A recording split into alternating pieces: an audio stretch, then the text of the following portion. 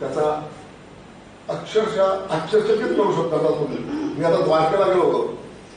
द्वारकेचं मंदिर जे आहे ते भगवान कृष्णाचे नातू पंटू वज्रनाभाने बांधलेलं आहे. पण त्याचं जे आर्किटेक्चर आहे ते बघितल्यानंतर असं वाटत नाही की एका जन्मामध्ये कोणी 50, 60, 100 वर्षाच्या आयुष्यामध्ये एवढं रचना करू शकतो. खूप सुंदर रचना आहे. वेरूळला जाऊन या, अजिंठ्याला जाऊन या, ज्या रचना केलेल्या आहे, जे काही शिल्प तयार केलेलं आहे अप्रतिम. आज तुम्ही करू शकता. कुठलं कॉलेज का ललित कला केंद्र जे असतं शिल्पकलेचं नाही करू शकत. मग त्यावेळेस कुठलं सायन्स असं होतं, कुठली टेक्नॉलॉजी होती की त्यांना एवढं नॉलेज होतं, एवढं ज्ञान होतं की ते करू शकले. एवढं अतिशय महत्वाचं आहे. तर त्याचाच आपला अभ्यास करायचा. मला पूर्ण नॉलेज असं म्हणत नाही. प्रत्येकाने काय करायचं, ही जी परंपरा आपली भारतीय ध्यान परंपरा याचा अभ्यास करायचा, शोधून काढायचं कुठे काय आहे आणि ते आपण लिखित स्वरूपात घ्यायचं. हे माझं काम नाही, तुमच्या प्रत्येकाचं काम आहे. तुमच्या कोकणामध्ये कुठं काही आहे का जुनं, कुठलं शिल्प आहे का, कुठलं काही अलग आहे का. भारतीय पुरातन तत्वामध्ये जे आहे लोक परंपरेने चालत आलेलं आहे त्याचा अभ्यास करायचा आहे. त्याच्यामध्ये शास्त्र काय ते बघायचं आहे, त्याच्यामध्ये आर्ट काय बघायचं आहे. आणि त्या माध्यमात तुम्ही कॉमर्स पण बघा, अर्थ कसा आपल्याला जमा करता येईल तेही करू शकता. तर अशा प्रकारचं तुमचं art and architecture and ethics and social norms. Ethics तर महत्वाचे आहे. आज युनिव्हर्सल व्हॅल्यूमध्ये इथिक्स हा महत्वाचा पॉईंट आहे. मी राहावं कसं, जगावं कसं, वागावं कसं. आता चोरी करू नये. अभ्यास करणारे अभ्यास करावा. तुम्ही ज्ञान देणारे, तुम्ही ज्ञान अतिशय सिरियसली माझं कर्तव्य आहे. फक्त 1-2-3 तास करून मी फक्त ध्यान देऊन गेलो ते नाही. माझं कर्तव्य मी हा व्यवसाय कशा करता घेतलाय, ज्ञान देण्याकरता माझं काम आहे. माझं इथिक्स आहे. मी कुठल्याही प्रकारचं याच्यात ढवळाढवळ किंवा गडबड करणार नाही. इथिक्सवरती भरपूर बोलता येईल. त्याचं एक आहे इथिक्स अँड देन धर्मशास्त्र. आणि धर्मशास्त्रामध्ये एक मनुस्मृती नावाचा ग्रंथ आहे. आता मनुस्मृतीबद्दल बऱ्याच लोकांनी अलग अलग चर्चा केलेली आहे, पण साधं सरळ आहे. साधं सरळ दिलेलं त्याच्यामध्ये जो ज्ञान माझ्याकडे ज्ञान नॉलेज आहे मी दुसऱ्याला देतो. नॉलेज मी दुसऱ्याला देतो तो झाला ब्राह्मण. ठीक आहे. जो संरक्षण करतो तो झाला क्षत्रिय. जो व्यापार करतो, शेती करतो तो झाला वैश्य. आणि जो काम करतो, रिअल फील्डवरती काम करतो, रिअल, तो झाला शूद्र. त्याच्यामध्ये कुठलेही जन्माने उल्लेख नाहीये की हा ब्राह्मण, हा शूद्र, हा क्षत्रिय, असं नाही. कर्माने त्याचे एक डिफाईन केलेलं आहे की हा कोण आहे. मनुस्मृतीमध्ये पण क्लिअर दिलेलं आहे.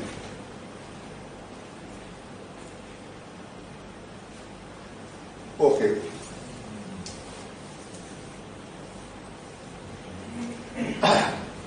मी तुम्हाला ऍग्रिकल्चर बद्दल सांगितलं. आता ऍग्रिकल्चरमध्ये जसं वराहमिहिरचं पुस्तक आहे तसं गौतम ऋषींचं पण एक ग्रंथ आहे. मला गौतम ऋषीचं नाव माहिती आहे. ब्रह्मगिरी पर्वत नाशिक जवळ आहे. अहिल्या, गौतम ऋषीची कथा सगळ्यांना माहिती आहे. अहिल्याचा दगड झाला, दगडाला पाय लागला रामाचा आणि पण गौतम ऋषी ही असा उल्लेख आहे ग्रंथामध्ये. गौतम ऋषी कृषी शास्त्रज्ञ होते त्या काळामध्ये. त्यांचा ते सकाळी 3:30 ब्रह्ममुहूर्तावर उठायचे. आपल्या पूर्ण विधी प्राकार जे असतील ते विधी करायचे. जे काही शास्त्रांना सांगितल्याप्रमाणे सकाळी 6 वाजता ते शेतावरती जायचे. तिथं बीज रोपण करायचे, लावायचे. दुपारपर्यंत ते बीज वरती यायचं. नंतर ती काही पीक असेल ते त्याला अन्नामध्ये कन्वर्ट करायचे आणि ते अन्न ग्रहण करायचे. एक 3-3:30-4 वाजतापर्यंत दुपारपर्यंत त्याच्यानंतर ही प्रोसेस राहायची. 5 वाजता ते स्नान परत घरी यायचे, स्नान संध्या करायचे आणि संध्याकाळची त्यांची जी विधी आहे ती करून ती झोपून जायची. एका दिवसामध्ये ती एवढा पूर्ण प्रोसेस करायची. हे आता जर आपण विचार केला तरी आपल्याला अशक्य वाटेल. पण ठाण्याला एक ऍग्रिकल्चर सायंटिस्ट आहे आता, त्यांनी एक बियाणावरती हा रिसर्च केलेला आहे आणि त्यांनी एक कुठलं बियाणं चालू त्या बियाणाला त्यांनी सकाळी लावलं, दुपारपर्यंत मोठं झालं. एक कुठलंही एकावरती चालू आहे त्याचे प्रयोग. पण हे आता सिद्ध करता येईल लोकांना. म्हणजे लोकांच्या डोक्यात विचार आहे की ताजं फ्रेश सकाळी लावलं, दुपारपर्यंत मोठं झालं, नंतर आज काढलं, त्याला अन्नाच्या स्वरूपात कन्वर्ट केलं, अन्न ग्रहण केलं. अशा प्रकारचे गौतम ऋषीचा उल्लेख आहे. आणि त्यांचा जो मुलगा होता, तुमच्या माहितीला सांगतो इथं सातारा म्हणून आहे, धौम्य ऋषीचा आश्रम आहे. आरुणी नावाचा त्यांचा मुलगा होता. आरुणी हा धौम्य ऋषीच्या जवळ मॉडर्न ऍग्रिकल्चर, आता हे तर मॉडर्नच आहे. एका दिवसामध्ये जर तुमचं पीक तयार होत आहे ते मॉडर्नपेक्षा मॉडर्न झालं, पण त्याच्यापेक्षा सुद्धा आधुनिक शिकण्याकरता तो धौम्य ऋषीच्या आश्रमात आलेला आहे. धौम्य ऋषी म्हणजे त्या काळचे रिसर्च सेंटर असेल त्यांचं कुठलं ऍग्रिकल्चरचं. तुम्ही जाऊन या, साताऱ्याजवळ धोम नावाचं गाव आहे आणि त्या धोम आणि तिथं ब्रह्म यंत्र आणि स्त्री यंत्र. ब्रह्मयंत्र आता याच्यामध्ये तुम्ही कुठल्या प्रकारचा अंधश्रद्धा धरू नका. यंत्र म्हणजे काय, एक प्रकारची रचना केलेली आहे वस्तू, त्याची वास्तूची, आणि ते दोन्ही जवळजवळ आहे. त्याच्यामुळे काय तुमची एनर्जी जी आहे, ऊर्जा जी आहे, ती दोन्ही ठिकाणी एकत्रित आलेली आहे. आणि तिथं गेल्यानंतर तुम्हाला एक प्रकारचं मानसिक शांतता, शारीरिक शांतता तिथं मला लगेच जाणवलं. तर त्या ठिकाणी मॉडर्न ऍग्रिकल्चर या काळात ते शिकवायचे. ठीक आहे, हे झालं तुमचं ऍग्रिकल्चर. आर्किटेक्चर बद्दल तुम्हाला सांगितलं, टेम्पल, डिझाईन ऑफ टेम्पल, अलग अलग रचना, नॉर्थ साईडची, साऊथ साईडचं. धोम नावाचं नाव, धोम धरण आहे तिथं, धोम धरण इथं वाई धरण, धोम नावाचं.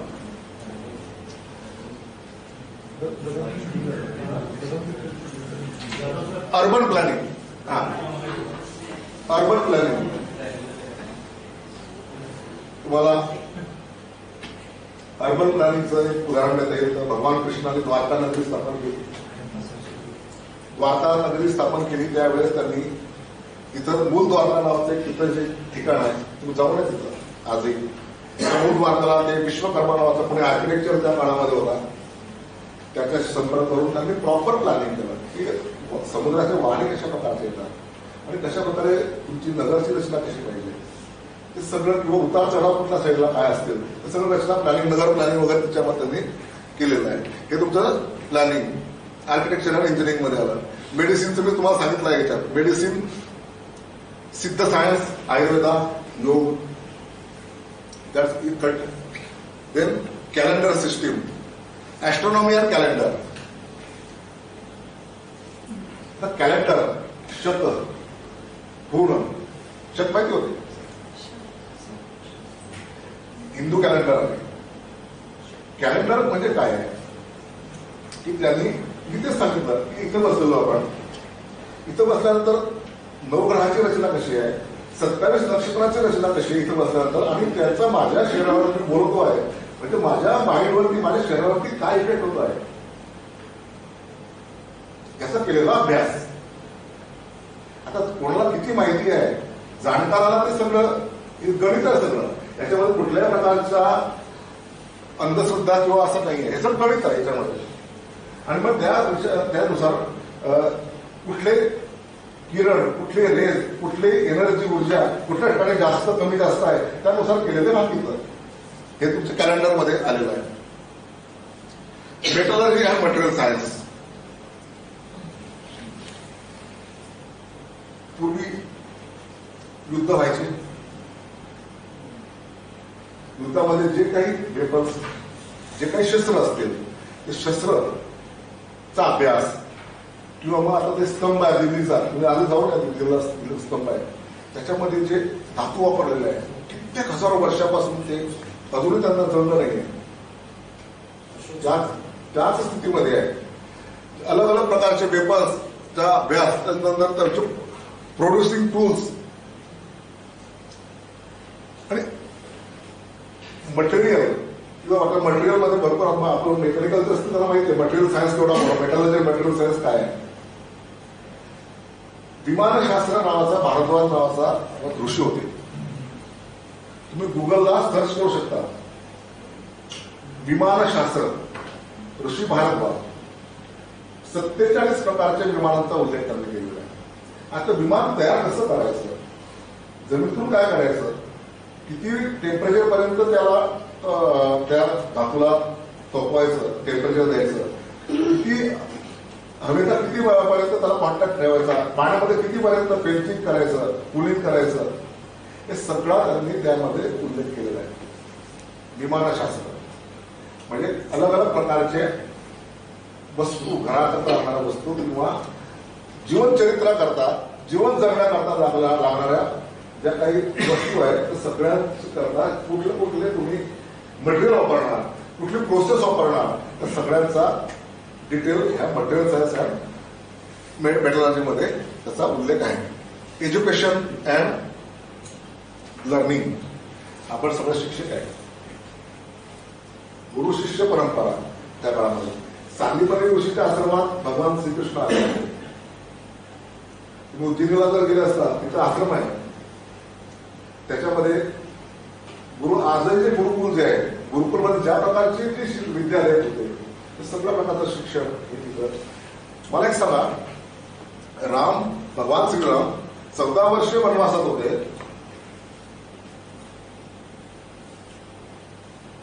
तुम्ही एक दिवस जंगलात राहून एक दिवस जा, तुम्ही राहू शकणार?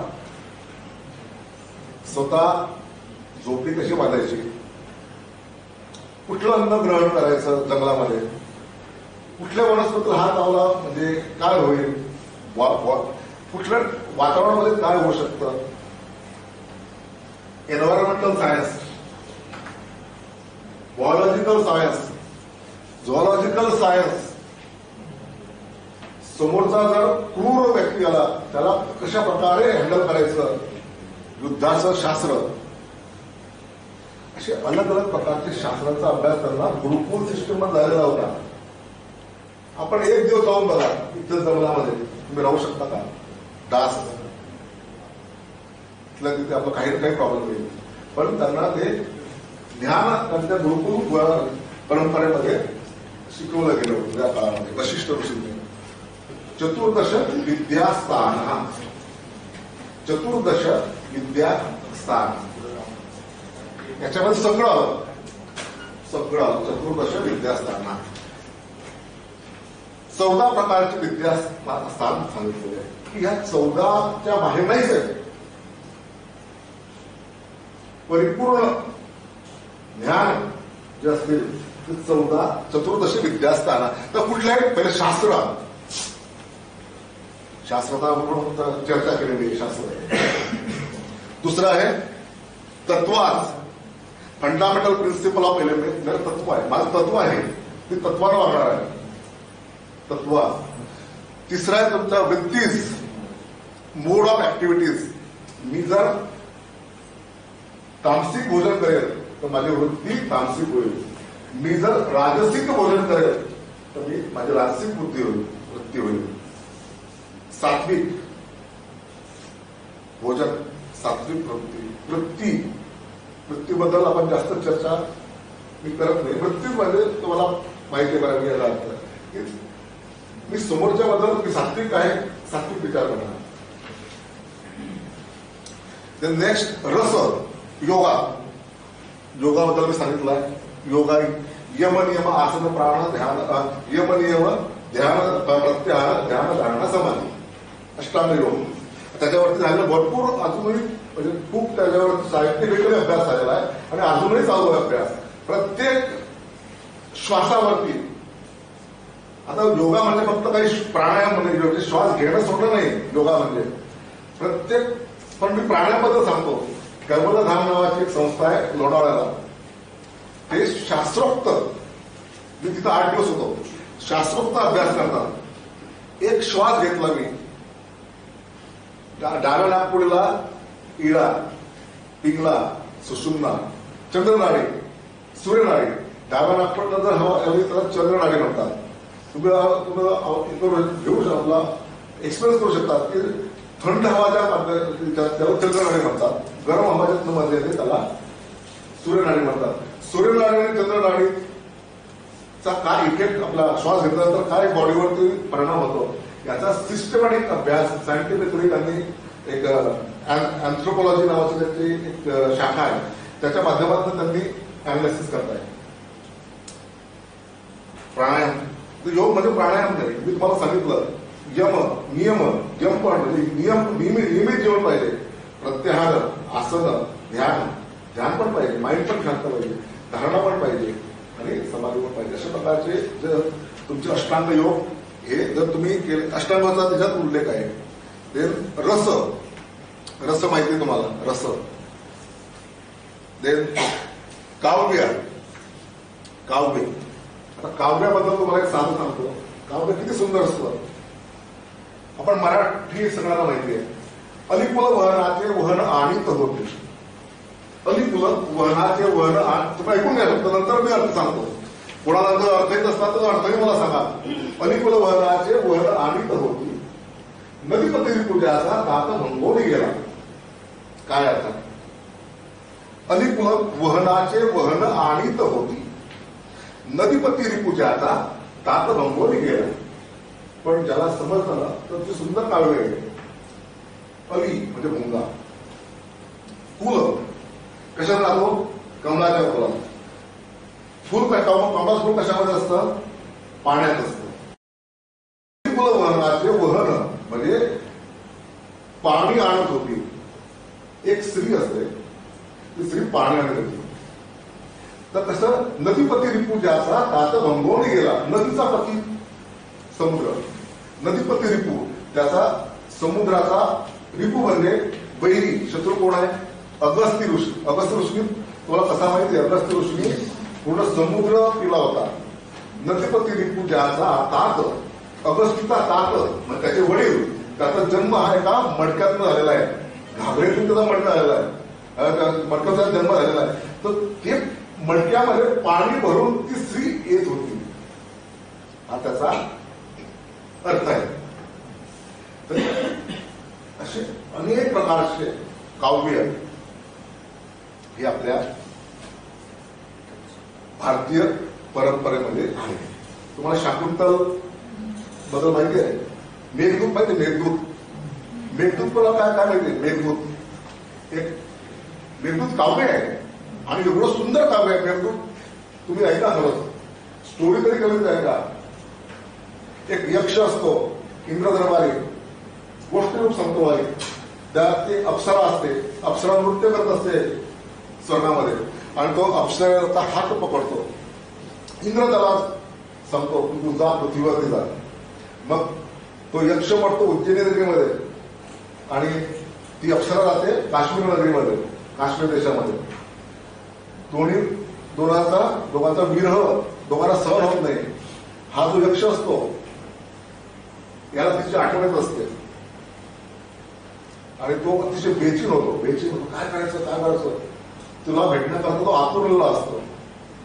तो माणसाला विचारतो काश्मीर कुठे आहे, काश्मीर देश कुठे आहे. झाडांना विचारतो, प्राणांना विचारतो, पक्ष्यांना विचारतो, दगडांना विचारतो, फुलांना विचारतो, प्राणांना विचारतो, सगळ्यांना विचारतो. शेवटी तो स्वतः उडी आले तो माग खाली बसतो, वरती उडी मारतो, बसतो.